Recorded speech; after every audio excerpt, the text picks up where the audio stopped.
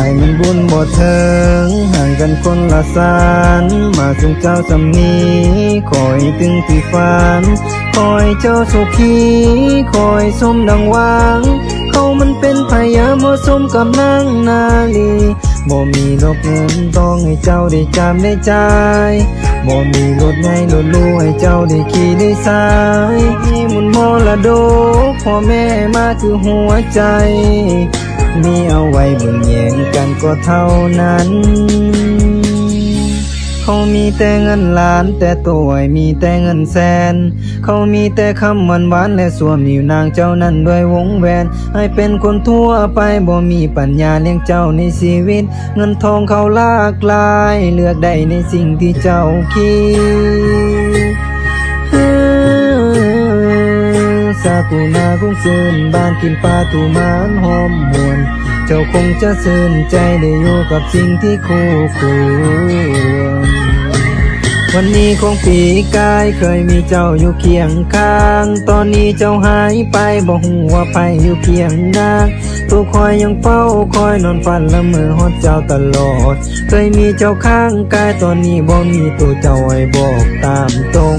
คิดฮอดหลายเดซานี่เป็นไปบ่ได้ก็ขอให้มีอีกศาสนาพอทุกอย่างที่เกิดมา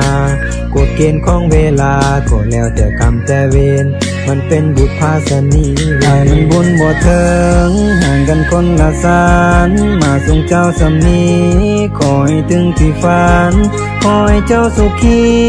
คอยสมดังหวังเขามันเป็นพยาเหมาะสมกับนางนาลีบ่มีนกเงินทองให้เจ้าได้จำได้ใจ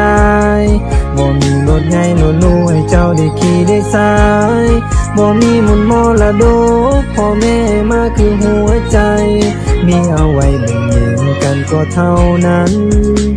สาตานี้ถือว่าสั้นเหลือเกินต่อยเวลามีไอ้ก็บ่มีทางเลือกเลยขอเห็นเจ้าเป็นครั้งสุดท้ายส่งยิ้มให้ด้วยน้ำตาขอโทษเจ้าอีหลีที่บ่ได้เอ่ยคำล่ำลาศาสนามีก็ให้เฮาได้พอกันหมดหน้าที่อยู่ที่ความสัมพันธ์หากของเฮามันอวสานเจ้าอย่าได้เสียใจให้มีความสุขหลายๆปฐมมาเลิศครั้งใหม่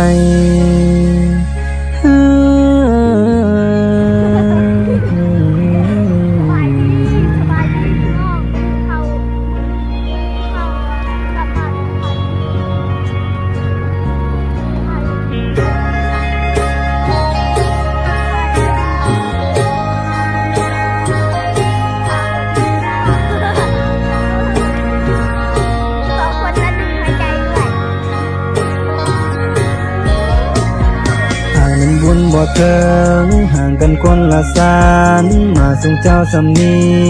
คอยถึงที่ฝันคอยเจ้าสุขีคอยสมดังหวังเขามันเป็นพยาเหมาะสมกับนางนาลีบ่มีนกเงินทองให้เจ้าได้จำได้ใจบ่มีรถไงรถลู่ให้เจ้าได้ขี่ได้สายบ่มีมุนมรดกพ่อแม่มาคือหัวใจมีเอาไว้แบ่งแย่งกันก็เท่านั้นไอ้มันบุญบ่เถิงห่างกันคนละสานมาส่งเจ้าสำนีคอยถึงที่ฝันคอยเจ้าสุขีคอยสมดังหวังเขามันเป็นพยาเหมาะสมกับนางนาลีบ่มีนกเงินทองให้เจ้าได้จำได้ใจบ่มีรถไงรถลู่ให้เจ้าได้ขี่ได้สายบ่มีมุนมรดกพ่อแม่มาคือหัวใจมีเอาไว้แบ่งแย่งกันก็เท่านั้น